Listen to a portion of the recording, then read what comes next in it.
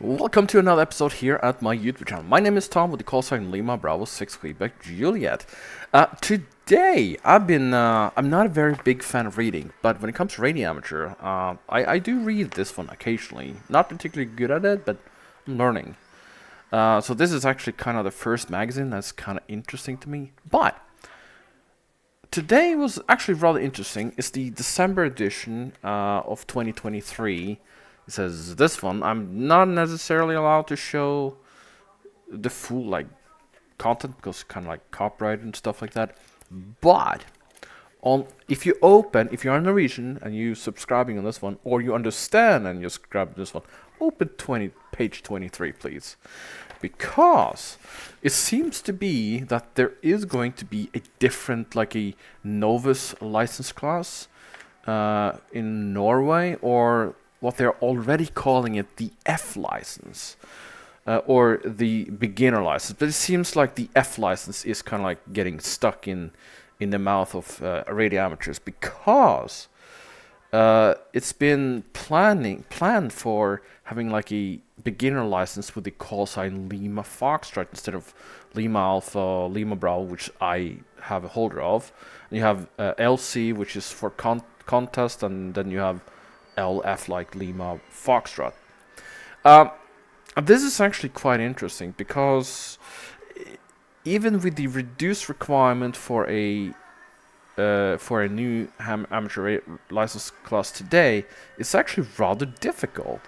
A lot of people are failing on the first trial. Luckily for me, I passed on the first one.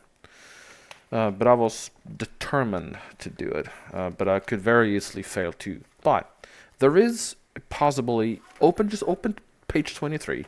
There's possibly a new license class for new people, which is going to be a lot easier for a lot of people. It's not everyone is necessarily able to learn like insane amount of information, but they do want a license class. And I think this is actually rather interesting. And let me I'm not exactly referring to what's in here. But they are planning to have this. I would probably just call it QRP license because it kind of is. You can only transmit on 10 watt, maximum 10 watt, with the bands that has the primary status, and maybe some more. And that is NCOM, which is the Norwegian Communication Authorities, that's deciding that one.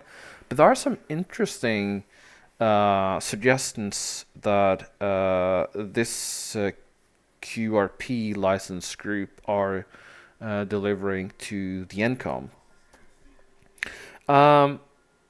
And there is just a lot of stuff in here, and I don't know how to to give it out, but primary status, which 10 watts on primaries, that will be 160, 80 meter, 40 meter, 20 meter, 10 meter, 2 meter, and 70 centimeters. So plus a lot more that is on the primary status. And it will be on Moodle. Moodle is a learning platform for home education students. I used Moodle before in my posts, so I know how that one is. It's a beautiful platform. You can like literally design anything in there. You have questionnaire database and stuff like that. So it seems to be also that it's going to be a practical part of it. So maybe, I don't know, you have to do some talking into a microphone in different type of situation. I have no idea. All I know it's what is on page 23, which is not a lot. But it seems to be that this is going to be very, very interesting. I have a kid. He's my hopeful future. He's down in Couch there.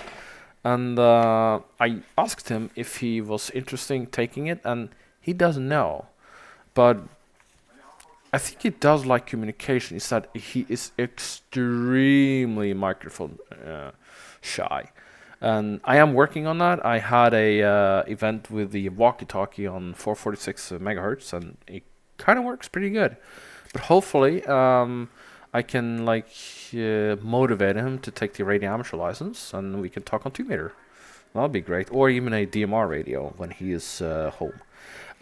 So yeah, what do you guys think? I know that America has, and United Kingdom has, and Australia has a novice license, and I really want to hear some experience from those countries on, is that a very good license class or a good entry for radio amateurs? Has the uh, recruitment for the hobby increased because you have a lower license class? I don't know. That would be something very interesting to read. I do read on all of the comments, so please just write down there. I think it is I'm very curious on how it goes for other countries, on if it has given an increase of recruitments when you have lower requirements for on lower classes.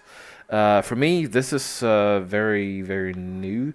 In the past, I believe we had that in Norway, and then it was removed some odd reason. But getting it again, I think that's interesting. I think there will be a lot more younger people that will take the radio amateur license. And 10 watt, you can do pretty much on 10 watt. It's not a bad power thingy. All right, let me know what you think.